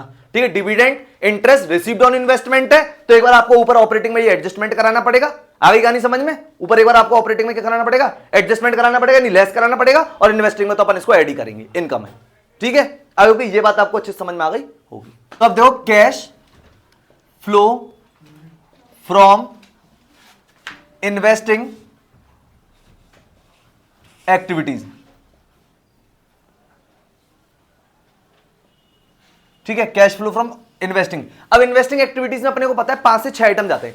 फिक्स एसेट खरीदना बेचना, इन्वेस्टमेंट खरीदना बेचना, interest dividend received on investment, और जो ये रेंट वाला पॉइंट है ना, एक ये। और इस रेंट वाला या डिविडेंड और रिसीव जो होता है, इसका एक बार एडजस्टमेंट अपने को ऑपरेटिंग में करना होता है, जो कि अपन भूल गए थे, तो करवा दिया अभी अपन ने। ठीक है, अब देखो सबसे पहले स्टार्ट करते हैं, सीधे अपन आएंगे असेट पे।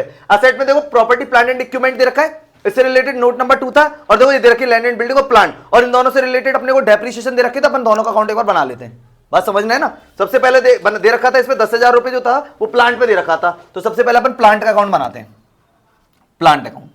तो देखो आपको प्लांट अकाउंट समझ में आ जाएगा। उसके बाद अपन बनाएंगे लैंड एंड बिल्डिंग का अकाउंट।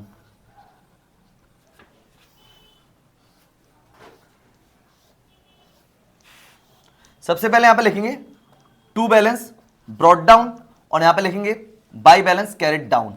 ऐसे यहां लिखेंगे टू बैलेंस ब्रॉट डाउन, और यहां लिखेंगे अपन बाय बैलेंस कैरिड डाउन। ठीक है, अब जरा देखना प्लांट पे। अगर अपन प्लांट की बात करते हैं तो देखो प्लांट का जो ओपनिंग बैलेंस है वो दे रखा है 80,000। ठीक है, लिख दिया यहां पे, और इसका जो क्लोजिंग दे रखा है वो दे रखा है 2 लाख। बात समझ में आ गई। ठीक है, अब जरा आ जाओ लैंड एंड बिल्डिंग पे। इसका ओपनिंग बैलेंस दे रखा है अपने को 2 लाख। ठीक है, 2 लाख दे रखा है। क्लियर आ गई बात समझो, 2 लाख दे रखा है, यानी कि ये रहा ओपनिंग, और क्लोजिंग दे रखा है अपने को 1,70,000, 1,70,000। यहां तक बात समझ में आ गई। देखो ओपनिंग बैलेंस 2 लाख लिख दिया, किसका, लैंड एंड बिल्डिंग का 2 लाख, ओपनिंग ये रहा, और 170 क्लोजिंग ये रहा, और अपन ने प्लांट का अगर ओपनिंग 80,000 ये रहा और क्लोजिंग ये रहा 2 लाख। डन, यहां तक बात समझ में आ गई। चलिए अब जरा देखना पॉइंट नंबर सेकंड पर, डेप्रिसिएशन 10,000 और 20,000 हैज बीन चार्ज। प्लांट पे तो था 10,000 रुपए, कितना था, तो अपने को पता है यहां पे आएगा बाय डेप्रिसिएशन 10,000। क्लियर बात समझ आ गई, डेप्रिसिएशन और 10,000 का, और 20,000 जो था वो लैंड एंड बिल्डिंग पे था, तो यहां पे आएगा बाय डेप्रिसिएशन 20,000। बोली बात समझ में आ गई। ठीक, अब जरा देखना, इसको अगर अपन ऐड करें तो ये आता है 2,10,000, और 2,10,000 में से अगर 80,000 जाएंगे तो यहां पे आएगा 2, यानी कि अपन ने परचेस करिए। आ गई कहानी समझ में, टू बैंक और ब्रैकेट में परचेज बैलेंसिंग फिगर। ठीक है, अब कितने की परचेस करिए वो अपन निकाल लेते हैं। देखो 2,10,000, 2,10,000 में से अपन लेस कराएंगे 80,000, से अपना आ जाएगा 1,30,000। बोलो बात समझ में आ रही है क्या, 1,30,000। ठीक है, ये अपन ने परचेस करी है, क्या, प्लांट। ठीक है, तो यहां पे लिखेंगे परचेज ऑफ प्लांट। ठीक है, और ये आएगा 1,30,000, और जब अपन को पता है खरीदेंगे तो अपना किस में जाएगा, पैसा जाएगा तो ब्रैकेट में आएगा। ठीक है, इन्वेस्टिंग में 5 से 6 आइटम आते हैं। अब जरा लैंड एंड बिल्डिंग का देखना, 2 लाख थी, 1,70 और 20 1,90, और ये 2 लाख, इसका मतलब बैलेंसिंग फिगर यहां पे आया तो बाय बैंक, तो अपन यहां पे क्या लेंगे, सेल। ठीक है, बैलेंसिंग फिगर 10,000 रुपए की सेल हुई है, दोनों साइड का टोटल कर देंगे 2 लाख। बोले बात समझ में आई क्या, इसका बैलेंसिंग फिगर उधर ही आ रहा है। आ गई कहानी समझ में। तो लैंड एंड बिल्डिंग में जो डिफरेंस आ रहा है वो 10,000 रुपए आ रहा है, तो इसका मतलब अपने सेल करी है। आ गई कहानी, इधर की साइड आता तो अपन ने परचेज करी है, तो यहां पे लिखेंगे sale of land and building, और 10,000। बोलो कोई दिक्कत इसमें। ठीक है, अच्छा चलो, उसके बाद अपन ने यानी कि अपन ने प्रॉपर्टी प्लांट इक्विपमेंट में लैंड एंड बिल्डिंग को प्लान कर दिया। उसके बाद अगर अपन बात करें तो पॉइंट नंबर 5 पे आओ, रेंट रिसीव करा ड्यूरिंग द ईयर, तो इन्वेस्टिंग का पार्ट है, तो यहां पे लिखेंगे रेंट रिसीव्ड, कितना, 10,000। क्लियर है बात समझ में। और इसके अलावा तो कोई इन्वेस्टमेंट है नहीं है। ठीक, कोई दिक्कत इसमें, कोई परेशानी, और इसके अलावा कुछ नहीं, क्योंकि 5 से 6 आइटम जाते हैं, बस हो गया। तो यहां पे अगर अपन बात करें 130 में से 20,000 जाएंगे तो 1,10,000 आएगा माइनस में। ठीक है, तो इसको यहां पे लिखेंगे net cash flow from investing activities. बोलो बात समझ में आ रही है क्या, 1,10,000 ब्रैकेट में आइए। क्लियर है, क्योंकि 5 से 6 आइटम जाते हैं, और जब आप इन्वेस्टिंग एक्टिविटीज चालू करोगे तो हमेशा ध्यान रखना असेट साइड में जो अपने को दे रखी है वहां से स्टार्ट करनी होती है। ठीक है, तो अपन ने कर लिया। अच्छा, इंटेंजिबल असेट के बारे में बात करें तो अपने को पता है गुडविल के बारे में जो था, तो गुडविल तो अगर इंक्रीज हुई होती तो परचेस करते, और ये डिक्रीज है तो इसका मतलब क्या करा है, रिटर्न ऑफ कर दिया। ठीक है, आ गई कहानी समझ में। और करंट असेट का अपन ऑलरेडी कर ही चुके, ठीक, तो ये थी इन्वेस्टिंग एक्टिविटी। अब स्टार्ट करते हैं फाइनेंसिंग एक्टिविटीज। और फाइनेंसिंग एक्टिविटीज जब भी स्टार्ट करेंगे तो हमेशा कैसे स्टार्ट करेंगे, बैलेंस शीट से। ठीक है, तो इन दोनों वर्किंग नोट को मैं रेस कर देता हूं।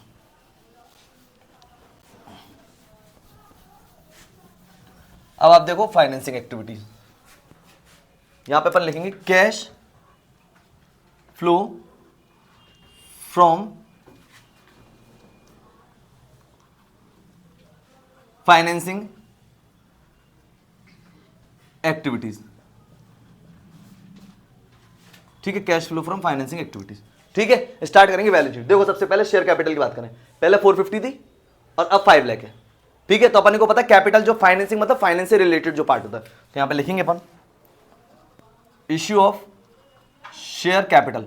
और जब कैपिटल इंक्रीज हुई है इसका मतलब इशू करिए 50,000 प्लस में आएंगे, पैसा आएगा। ठीक है, पहला पॉइंट कंप्लीट, कोई दिक्कत है? चलिए अब बात कर लेते हैं। रिजर्व एंड सरप्लस कंप्लीट हो गया, करंट लायबिलिटी कंप्लीट कर दिया अपन ने, असेट्स में अगर बात करें तो कंप्लीट है, करंट असेट की साइड से कंप्लीट है, reserve and surplus complete, property plant and equipment हो गया। एडिशनल इंफॉर्मेशन में कंटिजेंट लायबिलिटी पे आते हैं। प्रपोज्ड डिविडेंड का यानी प्रोविजन बनाया था ना 42,000 का, अब यहां पे पेड करेंगे। डिविडेंड पेड 42,000 का, इसका प्रोविजन था, ऑपरेटिंग में ऐड किया था, यहां पे लेस करा रहे हैं। बात समझ में आ गई अच्छे से? कोई दिक्कत है, कोई परेशानी? चलिए पहला। उसके बाद करते हैं इंटरिम डिविडेंड की बात। 20,000 का प्रोविजन बनाया था ऊपर और इंटरिम डिविडेंड यहां पे पेड करेंगे। ठीक है, इंटरिम डिविडेंड 20,000 का अपन करेंगे ब्रैकेट में। बोलो बात समझ में आ गई? इसमें कोई दिक्कत है? इंटरिम डिविडेंड का कंप्लीट कर दिया। ठीक है, अब बात करते हैं इनकम टैक्स का ऑलरेडी हो चुका है, रेंट रिसीट का ऑलरेडी हो चुका है। अगर अपन यहाँ पे नॉन करंट लायबिलिटी अगर होती तो उसमें अपन देखते बैंक लोन वगैरह कुछ होता तो अपन उसका भी यहाँ पे एडजस्टमेंट करते। क्लियर, बात समझ में आ रही? अब कोई और तो इन्फॉर्मेशन है नहीं है। अब इसका अपन करते हैं कि कितना आएगा। देखो 42,000 माइनस में, 20,000 माइनस में और प्लस के 50,000, तो इसका जो आएगा आपका आएगा 12,000। और वो भी पता है 12,000 किस में आएगा, ब्रैकेट में। तो यहां पे लिखेंगे net cash flow from financing activities. बोले बात समझ में आ गई क्या? इसमें कोई दिक्कत, कोई परेशानी आपको? ठीक, अब तीनों एक्टिविटीज का जो आंसर है उसको एडलेस करके यहां पे लेके आएंगे। अब सुनो, मेन है इस जगह पे, तो देखो अपने को पता है 1,10,000 तो इसका माइनस है, 12,000 ये माइनस है, 1,10,000 माइनस है, 12,000 माइनस है। और अपना जो ऑपरेटिंग का आंसर आया था वो आया था अपना 1,15,000 प्लस में। ठीक है, समझ में आ रही है? 1,15,000 प्लस में आया था। तो अगर अपन को एडलेस करेंगे तो 7,000 आएंगे अभी भी अपने किस में, माइनस में। बोलो बात समझ में आ रही है क्या? तो यहां पे लिखेंगे in decrease in cash flow from activities. ठीक है, और अपन इसमें अब क्या करेंगे, अब ध्यान से इधर देखिए। अब अपन इसमें क्या, कैश एंड कैश इक्विवेलेंट का जैसे ही अपन ओपनिंग बैलेंस ऐड करेंगे तो किसका आंसर आ जाएगा, क्लोजिंग का। अब जरा देखना, cash and cash equivalent at the beginning. अब देखो बिगिनिंग की अगर बात करें तो 25,000 का बिगिनिंग में दे रखा है, तो 25,000 जैसे ही इसमें एडजस्ट करेंगे तो अपने को पता है 25,000 तो प्लस का है और माइनस कराएंगे उसमें 7,000 जो है, तो 18,000 आएगा। कितना आएगा, 18,000 आएगा। ठीक है, तो यहां पे देखना 18,000 आ रहा है नहीं आ रहा क्लोजिंग का बैलेंस, तो इसको यहां पे लिखेंगे cash and cash equivalent at the end, और ये आ गया 18,000। बोलो बात समझ में आ रही है क्या? देखो पूरा क्वेश्चन लिया था जिसमें अपन ने ऑपरेटिंग ली है, ढंग से पूरा डिस्क्राइब किया, रिवीजन लेक्चर है, फिर भी मैंने आपको एक बार पूरा पहला क्वेश्चन ऐसा है जो मैंने पूरा डिस्क्राइब किया है। उसके बाद अगर बात करें इन्वेस्टिंग एक्टिविटी समझा दी, उसके बाद अपन ने फाइनेंसिंग एक्टिविटीज ली, तो उन तीनों को एडलेस करने में 7,000 आया, तो अपन ने यहाँ पे लिखा decrease in cash flow from activities, और उसमें ऐड किया cash and cash equivalent at the beginning, यानी ये रहा। जैसे अपने बिगिनिंग का ऐड किया तो क्लोजिंग है ना आंसर आ गया 18,000। बोलो बात समझ आएगी? कोई दिक्कत, इसमें कोई परेशानी? तो एक बार आप इसका रिवीजन तो अपन ले ही रहे हैं लेक्चर को, एक बार फिर भी एक बार इसका रिकॉल हो जाएगा, एक बार आप करें। ठीक है, फिर भी अगर आपको कोई समस्या आ रही है तो कमेंट सेक्शन में लिख सकते हैं, जिससे कि हम आपको प्रॉब्लम को सॉल्व कर दें। देखो जितना कैश फ्लो का रिवीजन करोगे तभी कैश फ्लो आएगा, क्योंकि हर क्वेश्चन में कुछ नया है। आगे का नहीं समझ में? हमने ये वो वाला क्वेश्चन लिया जिसमें ज्यादा से ज्यादा जो एडजस्टमेंट हो सकते हैं, जैसे प्रपोज डिविडेंड का एडजस्टमेंट हो गया, इंटरिम डिविडेंड का एडजस्टमेंट हो गया, प्रोविजन फॉर टैक्सेशन का एडजस्टमेंट हो गया, बात समझ आ रही है? रेंट वाला हो गया एडजस्टमेंट, गुडविल का एडजस्टमेंट हो गया, ज्यादा से ज्यादा जो एडजस्टमेंट हो सकते थे वो अपन ने इस क्वेश्चन में ले लिए। क्लियर? आई होप की बात आपको अच्छे समझ में आएगी। तो एक क्वेश्चन दिया हुआ है, इसमें अपन अभी जैसे अपन ने एक क्वेश्चन करा जिसमें अपन ने तीनों एक्टिविटीज करवाई थी, अब ये क्वेश्चन है इंडिविजुअल, इसमें अपन ऑपरेटिंग एक्टिविटीज करा रहे हैं। इसमें लिखा हुआ है calculate cash flow from operating activities from the following particular और यानी कि आपको 24 और 23 के बैलेंस शीट दे रखे हैं, यानी कि इसको अपन तो बोलेंगे करंट ईयर और इसको अपन बोलेंगे प्रीवियस ईयर। केवल इसमें ऑपरेटिंग एक्टिविटीज कैलकुलेट करनी है। सबसे पहले दे रखा है surplus in the statement of P and L, यानी पी एंड एल का बैलेंस दे रखा है, ठीक है, करंट ईयर का, प्रीवियस ईयर का, इसको अपन ओपनिंग बैलेंस और क्लोजिंग बैलेंस भी बोल सकते हैं। ट्रेड रिसीवेबल दे रखा है, गुडविल दे रखी है, आउटस्टैंडिंग एक्सपेंसेस, जनरल रिजर्व दे रखा है, provision for depreciation on plant दे रखा है, प्रीपेड एक्सपेंसेस है, ट्रेड पेबल्स है। ये सारी की सारी इंफॉर्मेशन अपने को दे रखी है। और एडिशनल इंफॉर्मेशन में हमसे कह रहा है plant costing 60,000 having a book value of rupees 36,000 was sold for rupees 40,000 during the year। Plant costing थी 60,000 उसकी बुक वैल्यू थी, लेकिन अब उसकी जो उसको कितने रुपए में सोल्ड कर दिया गया 36,000 में, वो sold for rupees 40,000 during the year. यानी कि अब इसको समझना पूरी लाइन को, प्लांट कॉस्टिंग जो थी 60,000 की थी और उसकी एक्चुअलिटी में बुक वैल्यू थी 36,000 और उसको कितने रुपए में सोल्ड कर दिया गया 40,000 रुपए में, इसका मतलब 4,000 के प्रॉफिट में इसको सोल्ड किया गया। ठीक है, पहला पॉइंट। दूसरा लिख रहा है इनकम टैक्स पेड करा ड्यूरिंग द ईयर 30,000। ठीक है, अब देखो इनकम टैक्स पेड करा 30,000, लेकिन इससे रिलेटेड कोई इंफॉर्मेशन ऊपर है नहीं है, तो इसका मतलब ये अजम्पशन होती है कि जितना टैक्स पेड करा है उतने का ही अपन प्रोविजन बनाएंगे, उतना ही हम पेड करेंगे। तो जो 30,000 को आपने पेड करा है इतने का ही प्रोविजन बनाना है और यही अपने को पेड करना है। क्लियर है? और interim dividend paid during the year 18,000 और इससे रिलेटेड कोई इंफॉर्मेशन नहीं है, इतने का ही प्रोविजन बनेगा, इतना ही पेड होगा। लेकिन हम कौन सी एक्टिविटीज कर रहे हैं? केवल ऑपरेटिंग एक्टिविटीज। बात समझ में आ रही है सबको? तो चलो स्टार्ट करते हैं इसका सॉल्यूशन।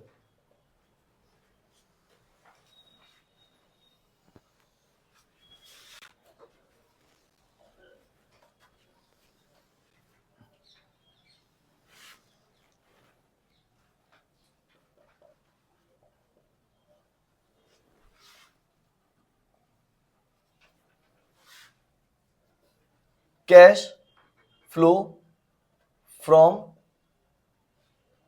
ऑपरेटिंग एक्टिविटीज, ठीक है, ये अपने को कैलकुलेट करनी है इसमें। बात समझ में आ गई? और अपन जब cash flow from operating activities केवल एक इंडिविजुअल अगर कैलकुलेट करने तो अंदर लिखने की जरूरत नहीं है, ऊपर ही लिख दिया ऑपरेटिंग एक्टिविटीज। ठीक है, सबसे पहले अपने को पता है कि अपन इसमें सबसे पहले लेते हैं नेट प्रॉफिट। बात समझ आ रही है? सबसे पहले लेते हैं नेट प्रॉफिट। क्लियर? और हम नेट प्रॉफिट की बात करेंगे तो देखो पहले देखना, इसमें पहले बैलेंस था 1 लाख का और अब है 80,000 का। इसका मतलब हमें पता है नेट लॉस हुआ यहाँ पे, तो जरूरी नहीं है प्रॉफिट ही हो, तो यहाँ पे अपन लिखेंगे नेट लॉस। ठीक है, नेट लॉस और 20,000 का ब्रैकेट में लिखेंगे। उसके बाद यहाँ पे लिखेंगे एडजस्टमेंट फॉर। ठीक है, तो अपन पहले अपन क्या करते हैं, एडिशनल इंफॉर्मेशन का यहाँ पे निपटारा कर लेते हैं। ठीक है, तो एक बार आप लोग एडिशनल इंफॉर्मेशन को देखो किस तरीके से इसमें दे रखी है। तो देखना यहाँ पे देखो सबसे पहले क्या लिखा हो, प्लांट कॉस्टिंग थी 60,000 और उसकी बुक वैल्यू कितनी रह गई है 36,000 और उसको कितने रुपए में सोल्ड कर दिया 40,000। कंफर्म है 4,000 का प्रॉफिट आ गया। ठीक है, तो प्रॉफिट है तो उसको अपन को पता है क्या करते हैं, अपन ब्रैकेट में लिखते हैं। तो यहां पे लिखेंगे gain on sale of plant, gain on sale of plant. ठीक है, 4,000 रुपीज को अपन ब्रैकेट में दिखाएंगे। सुन लो, ऑपरेटिंग एक्टिविटीज करते हैं जब अपने को पता है कोई असेट को बेचने से अगर प्रॉफिट होता है तो उसको तो दिखते हैं ब्रैकेट में, और अगर कोई लॉस होता है तो उसको अपन लिखते हैं प्लस में। ठीक है, अब सुन लीजिए कैसे। प्लांट कॉस्टिंग थी 60,000 और उसकी बुक वैल्यू थी 36,000 और कितने में सोल्ड करी 40,000 में। ठीक है, 36,000 बुक वैल्यू रह गई थी उसकी और उसको 40,000 में सोल्ड कराए, तो ठीक है 4,000 का जो प्रॉफिट है वो अपन ने यहाँ पे ब्रैकेट में लगा दिया। ठीक है, अब आप कहोगे सर 60,000 की वैल्यू 36 रह गई तो डेप्रिसिएशन लग गया बच्चा कुछ। ठीक है, लेकिन उसके लिए अपन को प्रोविजन फॉर डेप्रिसिएशन दे रखा, अकाउंट बनाएंगे क्योंकि इंफॉर्मेशन भी है डेप्रिसिएशन की, ओपनिंग क्लोजिंग बैलेंस भी है, डेप्रिसिएशन का अकाउंट बनाएंगे, प्रोविजन का पता लगाएंगे कितना पी एंड एल से इसका प्रोविजन हमें क्रिएट करना है। क्लियर? चलिए, income tax paid during the year 30,000 और आप ऊपर देख लो इनकम टैक्स से रिलेटेड कोई इंफॉर्मेशन नहीं है, तो इसका मतलब ये नया पॉइंट है। अगर केवल टैक्स का एक ही दे रखा पेड, उतने का ही प्रोविजन बनेगा, उतना ही पेड होगा। प्रोविजन भी ऑपरेटिंग में बनता है और पेड भी ऑपरेटिंग में होता है। तो यहां पर लिखेंगे प्रोविजन फॉर टैक्सेशन, तो प्रोविजन फॉर टैक्सेशन है 30,000 अपन यहां पे लिखेंगे। प्रोविजन सारे के सारे ऐड होते हैं। इंटरिम डिविडेंड के बारे में ऑलरेडी डिस्कस कर चुके थे, कितने रुपए का दे रखा है 18,000। तो देखो इंटरिम डिविडेंड है, जितना पेड कर रहे हैं उतना ही प्रोविजन बनता है, लेकिन इसका एक पॉइंट है, इंटरिम डिविडेंड का प्रोविजन तो अपन ऑपरेटिंग में बनाते हैं और पेड हम कराते हैं फाइनेंसिंग एक्टिविटीज में। तो यहां पे लिखेंगे इंटरिम डिविडेंड, इंटरिम डिविडेंड 18,000 का दे रखा है, अपन ने यहां पे लिख दिया। बोले बात आपको सबको समझ में आ गई? ठीक है, अब अपन ऊपर से स्टार्ट करते हैं। तो देखो अपने को पता है ट्रेड रिसीवेबल हमारी करंट असेट है, इसका अपन करंट वर्किंग कैपिटल चेंजेस में करेंगे।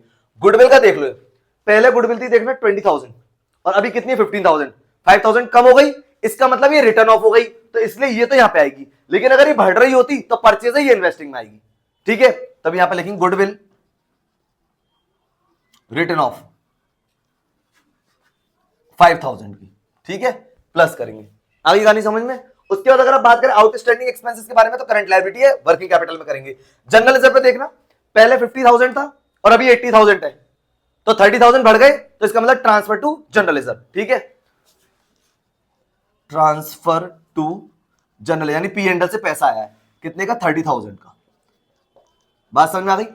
ट्रांसफर टू जनरल रिजर्व यानी 30,000 पी एंडल से आया। अब बात कर लेते हैं provision for depreciation on plant के बारे में। तो provision for depreciation on plant का पहले अपन बनाना पड़ेगा अकाउंट। पूछो क्यों, देखो ओपनिंग क्लोजिंग तो बैलेंस दे रखे हैं, आ गई कहानी समझ में। और इससे रिलेटेड इंफॉर्मेशन थी, जो प्लांट कॉस्टिंग थी 60,000 और उसकी बुक वैल्यू 36,000 है, तो डेप्रिसिएशन कितना लगा हुआ है, 24,000 का, ठीक है। यहां पे अकाउंट बना रहा हूं, एक बार आप इसको देखो, अकाउंट बना रहा हूं, प्रोविजन फॉर डेप्रिसिएशन, इसका अकाउंट देखो एक बार अच्छे से, प्रोविजन फॉर डेप्रिसिएशन। यहां पे लिखा अपन ने बाई बैलेंस ब्रॉट डाउन। अब देखो प्रोविजन फॉर डेप्रिसिएशन का ओपनिंग बैलेंस है 82,000, ठीक है, और क्लोजिंग लिख दिया टू बैलेंस कैरिड डाउन, और बैलेंस कैरिड डाउन है 1 लाख, ठीक है, ये अपन ने यहां पे लिख दिया। ये बात समझ में आ गई, 2 पॉइंट क्लियर। अब सुनो, यहां पे देखना 60,000 की अपनी प्लांट कॉस्टिंग थी, उसकी बुक वैल्यू 36,000 थी, तो डिफरेंस यानी कितने का डिफरेंस है, 24,000 का, तो यहां पे लिखा टू प्लांट, ठीक है, 24,000 का। आ गई कहानी समझ में, ये 24,000 का लिख दिया। अब अपन को पता चल गई बाय पी एंडल से हमने कितना प्रोविजन बनाया, बैलेंसिंग फिगर। ये तो टोटल हो गया 1,24,000, 1,24,000 में से माइनस कराएंगे 82,000, तो ये आएगा आपका 42,000।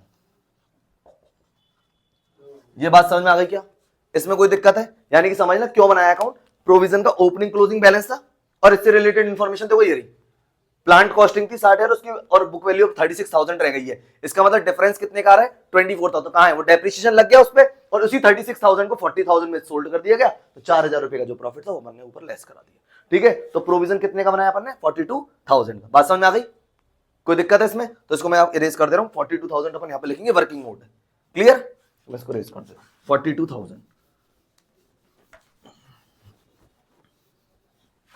यहां पे लिखेंगे, प्रोविजन फॉर डेप्रिसिएशन 42,000, ठीक है, वर्किंग नोट लिख देता हूं इसमें, वहां पे चेक हो जाएगा, क्लियर। आगे करनी समझ में, ये अपन है प्रीपेड एक्सपेंसेस अपने को पता है करंट एसेट्स है, वर्किंग कैपिटल में करेंगे, और ट्रेड पेबल अपने पता है करंट लायबिलिटी है, अपन कहां पे करेंगे, इसका वर्किंग कैपिटल में, ठीक है। और एडिशनल इंफॉर्मेशन सारी कंप्लीट कर दी। इसको जैसे ही एडलेस करेंगे तो यहां पे अपन क्या लिखने वाले हैं, सुन लो, यहां लिखेंगे cash flow from operating activities before working capital adjustment, ठीक है। तो अब देखो 20,000 माइनस का है बाकी, और 4,000 माइनस का, बाकी सब प्लस के हैं। 30,000 प्लस करेंगे इसमें 18,000, प्लस करेंगे 5,000, प्लस करेंगे 30,000, और प्लस करेंगे 42,000, और माइनस कराएंगे इसमें से 4,000, और माइनस कराएंगे इसमें से 20,000, तो ये आएगा आपका 1,01,000 प्लस में, ठीक है। अब सुनिए, अब यहां पे करेंगे वर्किंग कैपिटल एडजस्टमेंट। अब सुनो, अगर अपन बात करें ट्रेड रिसीवेबल, ये कौन है हमारे डेटर, तो देखना पहले कितने के थे, 240 के, और अब कितने के, 250, कितने घट गए, 10,000 बढ़ गए भाई, 240 थे अब 250 यानी 10,000 के इंक्रीज हो गए। और जब करंट एसेट इंक्रीज होती है तो हमें क्या करना है, डिक्रीज करना है, लिखेंगे तो यहां पे यही इंक्रीज इन ट्रेड रिसीवेबल, और 10,000 लगाएंगे ब्रैकेट में। आ गई बात समझ में, पहले ट्रेड रिसीवेबल। अब बात कर लेते हैं आउटस्टैंडिंग एक्सपेंसेस से। देखो पहले कुछ था क्या, देखो पहले कुछ नहीं था आउटस्टैंडिंग एक्सपेंसेस, और अब है, इसका मतलब कितना इंक्रीज हो गया, पूरा का पूरा 8,000 इंक्रीज हुआ है, और करंट लायबिलिटी इंक्रीज होती है तो अपन को तो इंक्रीज ही करनी है, तो यहां लिखेंगे इंक्रीज इन आउटस्टैंडिंग एक्सपेंसेस, और 8,000 प्लस करेंगे। ये बात समझ में आ गई क्या, 2 पॉइंट। अब जरा इस पे आना, 1 मिनट, प्रीपेड एक्सपेंसेस पे आओ। पहले थे 6,000 और अब है नहीं है, इसका मतलब करंट एसेट डिक्रीज हो गई, तो हम इसको क्या करेंगे, ऐड, भाई पहले 6,000 थे ना, अभी है नहीं, तो जीरो हो गए ना, डिक्रीज हो गए ना, तो अपन यहां पे लिखेंगे तो यही डिक्रीज इन प्रीपेड एक्सपेंसेस, और अपन 6,000 को ऐड करेंगे, ठीक है। चलिए अब उसके बाद अपन आगे बात कर लेते हैं। अब और देखते हो, अब देखो ट्रेड पेबल करंट लायबिलिटी, पहले देखो 60,000 के थे और अब कितने के, 84, 24,000 के इंक्रीज हो गए, और अपन को पता है करंट लायबिलिटी इंक्रीज होती है तो इंक्रीज करते हैं, तो यहां पे लिखेंगे increase in trade payable, increase in trade payable 24,000 plus करेंगे, ठीक। बात समझ में आ गई, ये कर दिया, ठीक है। अब सारे एडजस्टमेंट हो गए, तो यहां पे अपन क्या लिखने वाले हैं, देखने एक minute, cash flow from operating activities before tax. ठीक है, बिफोर टैक्स। एक बार देखो, 1,01,000 में ऐड करेंगे 8,000, ऐड करेंगे 6,000, ऐड करेंगे 24,000 और माइनस कराएंगे इसमें से 10,000, तो ये आएगा आपका 1,29,000। और यहां लिखेंगे टैक्स पेड, तो अपने को पता है टैक्स पेड कितने का करा था ड्यूरिंग द ईयर, 30,000 का, इतने का ही प्रोविजन बनाया है और इतना ही अपन पेड करा रहे हैं 30,000। ठीक है, और तो जो आंसर आएगा उसको अपन लिख देंगे net cash flow from operating activities. 1,29,000 में से 30,000 लेस कराएंगे तो ये आएगा आपका 99,000। बात समझ आई क्या? तो ये क्वेश्चन भी आ सकता है, 3 नंबर में पूछा जा सकता है आपसे, ऑपरेटिंग एक्टिविटीज कैलकुलेट कर दो, ये क्वेश्चन है। लेकिन अपन को जब तक ऑपरेटिंग एक्टिविटीज का परफॉर्मा पता नहीं होगा ना, तो अपन नहीं निकाल सकते कि ऑपरेटिंग एक्टिविटीज में क्या क्या चीजें जाएंगी। तो पता ही नहीं तो कैसे अपन इसको सॉल्व कर देंगे। ध्यान से समझना, मेन पॉइंट क्या था। एक तो इसमें सबसे मेन पॉइंट है, एक तो ये पहला पॉइंट प्लांट कॉस्टिंग वाला, क्योंकि डेप्रिसिएशन का देखो ओपनिंग क्लोजिंग बैलेंस दे रखा है और इसमें डेप्रिसिएशन दे रखा है, तो अपन ने अकाउंट बनाया था और देखो यहाँ पे लिख भी दिया वर्किंग नोट में 42,000 वहां से आया। आगे कहानी समझ में? एक तो मेन पॉइंट ये था। दूसरा मेन पॉइंट है गुडविल वाला। कई बार क्वेश्चन हुआ है बच्चों से कि ये बोलते हैं कि 20,000 अगर जैसे गुडविल इंक्रीज हो रही है तो इसका मतलब हमने परचेस करी है, और डिक्रीज हो रही है इसका मतलब हमने क्या करी है, रिटर्न ऑफ। आगे समय अब इंक्रीज होगी तो परचेस करी है तो ये कहां पे जाएगी, इन्वेस्टिंग में। आगे और डिक्रीज हो रही है तो रिटर्न ऑफ करिए तो ये कहां पे जाएगी, ऑपरेटिंग में। आगे कहानी समझ में? दूसरा पॉइंट। उसके बाद अगर अपन बात करें तो इसमें तीसरा था इंटरिम डिविडेंड। तो अपने को पता है जितने का प्रोविजन दे रखा है, जितना पेड करा उतने का प्रोविजन बनाते हैं, उतना ही पेड करते हैं। लेकिन प्रोविजन डिविडेंड के बनते तो ऑपरेटिंग में और पेड होते हैं फाइनेंसिंग में। ठीक है, उसके बाद करें तो टैक्स का एक नया पॉइंट था, ना तो कोई ओपनिंग क्लोजिंग बैलेंस है, सिर्फ दे रखा है टैक्स पेड 30,000 का, तो जितना पेड करा उतने का प्रोविजन बनाएंगे और उतना ही पेड करेंगे। आगे समझ में कोई दिक्कत है? तो ये था question cash flow from operating activities का। इससे पहले अपन ने एक पूरा होल क्वेश्चन लिया था जिसके अंदर अपन ने तीनों एक्टिविटीज ली थी, जिसमें ऑपरेटिंग, इन्वेस्टिंग और फाइनेंसिंग के बारे में समझाया था। तो एक बार आप इसका रिवीजन करें। अगले लेक्चर, रिवीजन लेक्चर के अंदर अपन लोग फाइनेंसिंग के और इन्वेस्टिंग के इंडिविजुअल क्वेश्चन लेंगे और 1-2 क्वेश्चन आपको फुल डिस्क्लोजर वाले करवा देंगे। ठीक है, तो आप रिवीजन करें। फिर भी अगर कोई प्रॉब्लम आ रही है तो कमेंट सेक्शन में लिख सकते हैं। तो मिलते हैं अपन नेक्स्ट लेक्चर में, तब तक के लिए guys good bye and thank you.